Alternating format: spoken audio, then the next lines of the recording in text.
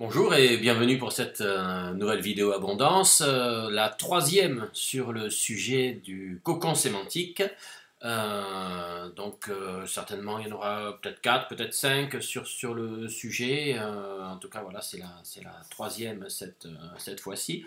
Donc je vais faire peut-être commencer par un petit rappel des précédents épisodes. Je rappelle que toutes les vidéos dont je parle sont disponibles à l'adresse www.abondance.com/vidéo.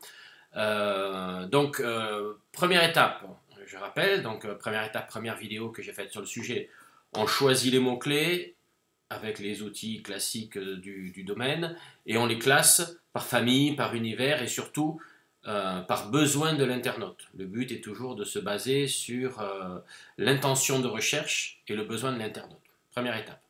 L'étape 2, on utilise des outils comme MindMeister ou autres, il en existe un certain nombre, pour créer une mind map. Donc une mind map, c'est-à-dire l'arborescence des questions finalement que va se poser l'internaute, donc de façon arborescente. La troisième étape, donc voilà quelques exemples de mind map à l'écran. Donc la troisième étape, ça va être de créer les silos sur la base de la mind map qui a été créée à l'étape 2. Donc cette troisième étape, on va donc commencer au début par la page cible, donc la page qui est la plus haute dans le silo, dans l'arborescence. L'objectif de cette page, bien sûr, c'est de se positionner sur les moteurs de recherche sur une requête définie, ici par exemple lunettes de vue. Donc la page cible, première étape, premier niveau du silo. Ensuite, donc, il va y avoir un ou plusieurs niveaux que Laurent Borelli appelle page mixte. Personnellement, je préfère parler de page intermédiaire. Je trouve que le terme est, dans mon esprit, plus parlant.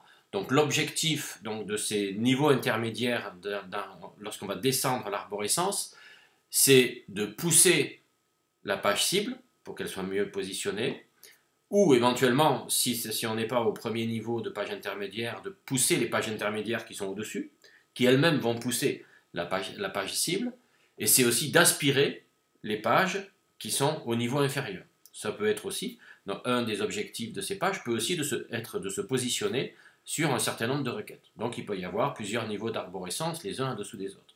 Donc la page cible en haut, en dessous plusieurs niveaux de pages intermédiaires pour arriver à la fin aux pages finales qui ont elles, ou pages complémentaires dans l'esprit ou dans la dénomination officielle de Laurent Borelli. Moi j'appelle ça des pages finales. L'objectif, elles n'ont pas obligatoirement pour objectif de se positionner, mais elles ont plutôt pour objectif de pousser les pages intermédiaires qui sont juste au-dessus d'elles. Donc page cible, niveau de page intermédiaire, pour arriver en fin d'arborescence sur les pages finales. Donc ça c'est le silo, finalement c'est la mind map qui a été créée. À partir de ça, une fois que les silos sont faits, on va mettre en place des liens à l'intérieur de ce silo. Donc il va y avoir des liens descendants depuis les pages cibles vers les pages intermédiaires entre elles, du haut vers le bas, toujours mère-fille, c'est-à-dire du haut vers le bas en descendant, et des pages intermédiaires vers les pages filles. Donc ça, ce sont les liens descendants qu'on appelle mère-fille. Il va y avoir l'équivalent dans le sens inverse, donc des pages filles-mères, donc des pages finales on remonte vers les pages intermédiaires, les pages éventuellement intermédiaires entre les différents niveaux, puis des pages intermédiaires vers les pages cibles. Donc là, on est sur des liens filles-mères.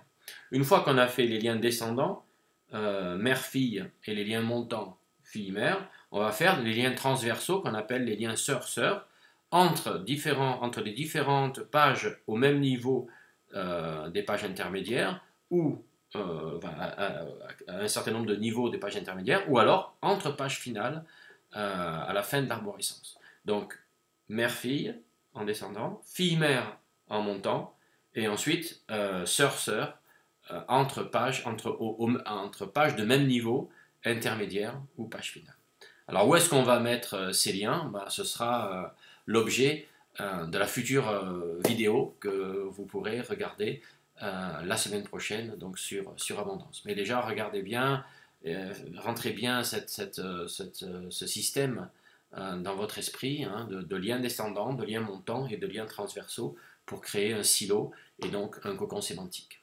Voilà pour cette vidéo, bon travail, bonne réflexion, et puis à la semaine prochaine pour continuer sur l'étape 4 de la création d'un cocon sémantique et donc les emplacements des liens à l'intérieur de chaque page. Voilà, merci, au revoir et très bonne semaine et à très bientôt sur Abondance pour une nouvelle vidéo. Merci, au revoir.